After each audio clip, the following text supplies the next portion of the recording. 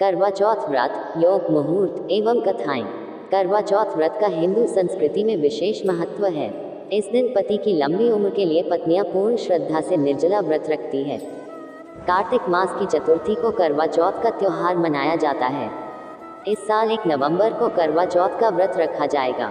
दरअसल इस साल कार्तिक कृष्ण पक्ष की चतुर्थी तिथि 31 अक्टूबर मंगलवार रात 9:30 से शुरू होकर 1 नवंबर रात 9:19 तक है।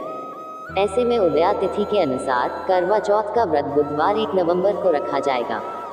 1 नवंबर को चंद्रमा अपनी उच्च राशि वृषभ में होंगे। इसी के साथ मंगल, बुध और सूर्य तुला राशि में हैं। सूर्य और बुध बुधादित्य योग बना रहे हैं तो मंगल और सूर्य मिलकर मंगलादित्य योग बना रहे हैं। शनि भी 30 साल बाद अपनी मूल त्रिकोण राशि कुंभ में शश योग बना रहे हैं। इस दिन शिव योग मृगशिरा नक्षत्र और बुधादित्य योग का संगम रहेगा। शिव योग शिव को समर्पित, मृगशिरा नक्षत्र मंगल को समर्पित, बुधादित्य योग यश और ज्ञान का प्रतीक माना गया है। इन योगों से पर्व का महत्व हजारों गुना बढ़ गया है। करवा चौथ महात्म्य। छांदोग्य उपनिषद के अनुसार चंद्रमा में पुरुष रूपी ब्रह्मा की उपासना करने से सारे पाप नष्ट हो जाते हैं। इससे जीवन में किसी भी प्रकार का कष्ट नहीं होता है। साथ ही साथ इससे लंबी और पूर्ण आयु की प्राप्ति होती है। करवा चौथ के व्रत में शिव, पार्वती, कार्तिकेय, गणेश तथा चंद्रमा का पूजन करना चाहिए। चंद्रोदय के बाद चंद्रमा को अर्घ्य देकर पूजा होती है। पूजा के बाद मिट्टी के करवे में चावल, उड़द की दाल, सुहाग की सामग्री रखकर सास अथवा सास के समकक्ष किसी सुहागिन के पांव छूकर सुहाग सामग्री भेंट करनी चाहिए। महाभारत से संबंधित पौराणिक कथा के अनुसार पांडव पुत्र अर्जुन तपस्या करने नीलगिरी पर्वत पर चले जाते हैं। दूसरी ओर बाकी पांडवों पर कई प्रकार के संकट आन पड़ते हैं। द्रौपदी भगवान श्री कृष्ण से उपाय पूछती हैं। वह कहते हैं कि यदि वह कार्तिक कृष्ण चतुर्थी के दिन करवा चौथ का व्रत करें तो इन सभी संकटों से मुक्ति मिल सकती है। द्रौपदी विधि विधान सहित करवा चौथ का व्रत रखती है जिससे उनके समस्त कष्ट दूर हो जाते हैं। इस प्रकार की कथाओं से करवा चौथ का महत्व हम सबके सामने आ जाता है। सरगी का महत्व। करवा चौथ में सरगी का काफी महत्व है। सरगी सास की तरफ से अपनी बहू को दी जाती है। इसका सेवन महिलाएं करवा चौथ के दिन सूर्य निकलने से पहले तारों की छांव में करती हैं।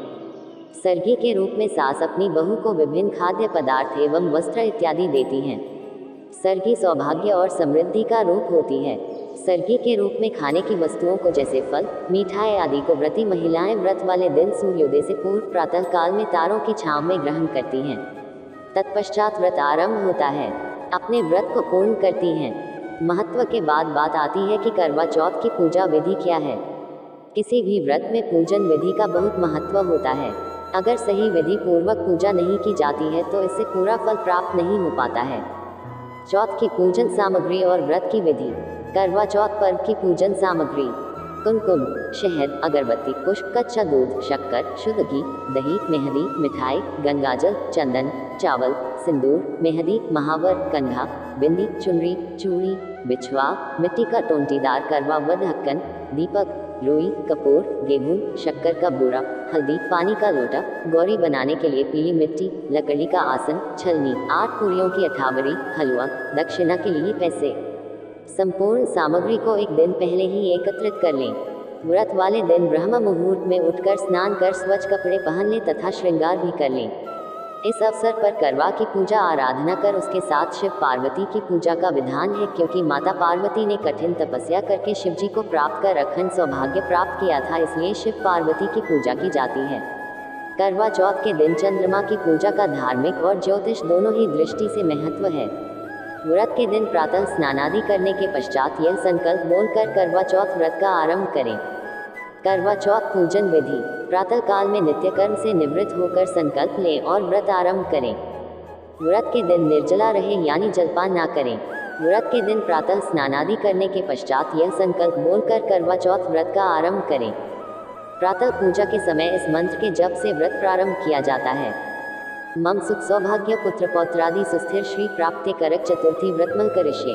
अथवा ओम शिवाय नमः से पार्वती का, ओम नमः शिवाय से शिव का, ओम षण्मुखाय नमः से स्वामी कार्तिकेय का, ओम गणेशाय नमः से गणेश का तथा ओम सोमाय नमः से चंद्रमा का पूजन करें। शाम के समय माँ पार्वती की प्रतिमा की गोद में श्री गणेश को विराजमान कर उन्हें बालू अथवा सफेद मिट्टी की वेदी अथवा लकड़ी के आसन पर शिव पार्वती, स्वामी कार्तिकेय, गणेश एवं चंद्रमा की स्थापना करें। मूर्ति के अभाव में सुपारी पर मूली बांधकर देवता की भावना करके स्थापित करें। पश्चात माँ पार्वती का सुहाग सामग्री आदि से श्रृंगार करें। भगवान शिव और माँ पार्वती की आराधना करें और कोरे करवे में पानी भरकर पूजा करें। एक लोटा, एक वस्त्र व एक विशेष करवा दक्षिणा के रूप में अर्पित करें।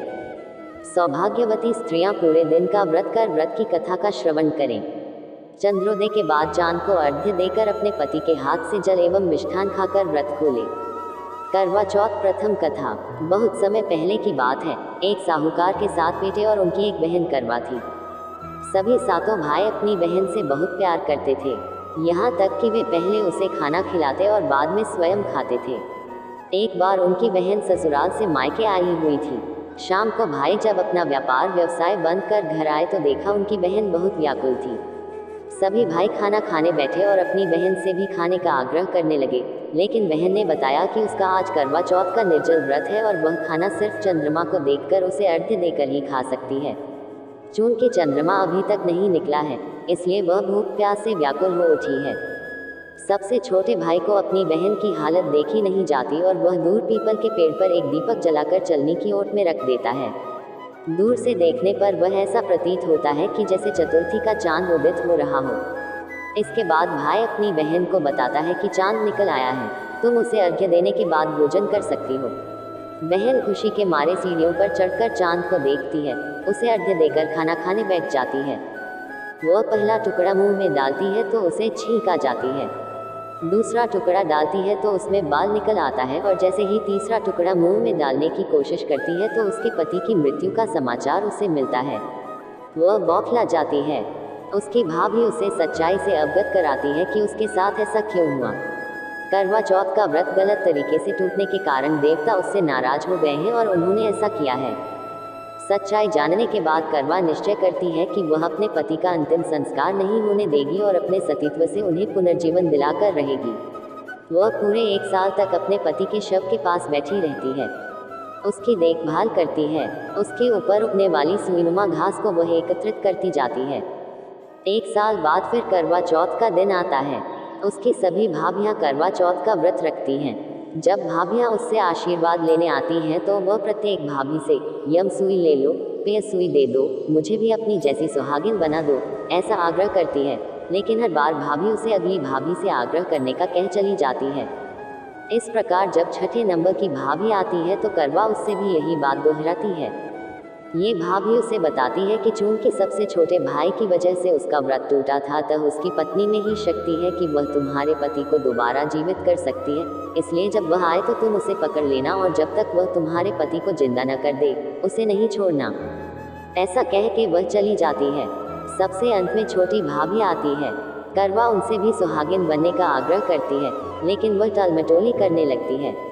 इसे देख करवा उन्हें जोर से पकड़ लेती है और अपने सुहाग को जिंदा करने के लिए कहती है। भाभी उससे छुड़ाने के लिए नोचती है, खसोटती है, लेकिन करवा नहीं छोड़ती है। अंत में उसकी तपस्या को देख भाभी पसीज जाती है और अपनी छोटी अंगुली को चीरकर उसमें से अमृत उसके पति के मुंह में डाल देती है। करवा का पति तुरंत श्री गणेश कहता हुआ उठ बैठता है। इस प्रकार प्रभु कृपा से उसकी छोटी भाभी के माध्यम से करवा को अपना सुहाग वापस मिल जाता है। हे श्री गणेश माँ गौरी, जिस प्रकार करवा को चिर सुहागन का वरदान आपसे मिला है, वैसा ही सब सुहागिनों को मिले। करवा चौथ द्वितीय कथा। इस कथा का सार यह है कि शाकप्रस्थ और वेदधर्मा ब्राह्मण की विवाहिता पुत्री वीरवती ने करवा चौथ का व्रत किया था। नियमानुसार उसे चंद्रोदय के बाद भोजन करना था, परंतु उसे भूख नहीं सही गई और वह व्याकुल हो उठी। उसके भाइयों से अपनी बहन की व्याकुलता देखी नहीं गई और उन्होंने पीपल की आड़ में आतिशबाजी का सुंदर प्रकाश फैलाकर चंद्रोदय दिखा दिया और वीरवती को भोजन करा दिया। परिणाम ये हुआ कि उसका पति तत्काल अदृश्य हो गया। अधीर वीरवती ने 12 महीने तक प्रत्येक चतुर्थी को व्रत रखा और करवा चौथ के दिन उसकी तपस्या से उसका पति पुनः प्राप्त हो गया। करवा चौथ तृतीय कथा। एक समय की बात है कि एक करवा नाम की पतिव्रता स्त्री अपने पति के साथ नदी के किनारे के गांव में रहती थी। एक दिन उसका पति नदी में स्नान करने गया। स्नान करते समय वहाँ एक मगर ने उसका पैर पकड़ लिया। वह मनुष्य करवा करवा कह के अपनी पत्नी को पुकारने लगा। उसकी आवाज़ सुनकर उसकी पत्नी करवा भागी चली आई और आकर मगर को कच्चे धागे से बांध दिया। मगर को बांधकर यमराज के यहाँ पहुंची और यमराज से कहने लगी, हे भगवान, मगर ने मेरे पति का पैर पकड़ लिया है। उस मगर को पैर पकड़ने के अपराध में आप अपने बल से नरक में ले जाओ।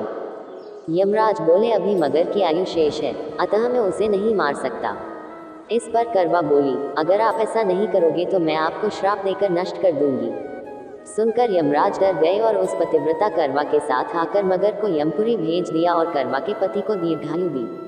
हे करवा माता, जैसे तुमने अपने पति की रक्षा की, वैसे सबके पतियों की रक्षा करना। करवा चौथ। चौथी कथा। एक बार पांडु पुत्र अर्जुन तपस्या करने नीलगिरी नामक पर्वत पर गए। इधर द्रौपदी बहुत परेशान थी। उनकी कोई खबर न मिलने पर उन्होंने कृष्ण भगवान का ध्यान किया और अपनी चिंता व्यक्त की। कृष्ण भगवान ने कहा, बहना, इसी तरह का प्रश्न एक बार माता पार्वती ने शंकर जी से किया था। पूजन कर चंद्रमा को अर्घ्य देकर फिर भोजन ग्रहण किया जाता है। सोने, चांदी या मिट्टी के करवे का आपस में आदान प्रदान किया जाता है, जो आपसी प्रेम भाव को बढ़ाता है। पूजन करने के बाद महिलाएं अपने सास ससुर एवं बड़ों को प्रणाम कर उनका आशीर्वाद लेती हैं।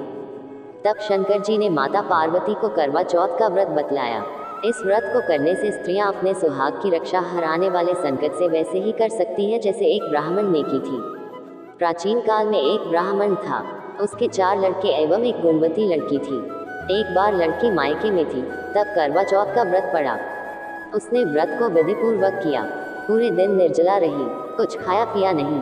पर उसके चारों भाई परेशान थे कि बहन को प्यास लगी होगी, भूख लगी होगी, पर बहन चंद्रोदय के बाद ही जल ग्रहण करेगी। भाइयों से न रहा गया। उन्होंने शाम होते ही बहन को बनावटी चंद्रोदय दिखा दिया। एक भाई पीपल के पेड़ पर छलनी लेकर चढ़ गया और दीपक जलाकर छलनी से रोशनी उत्पन्न कर दी।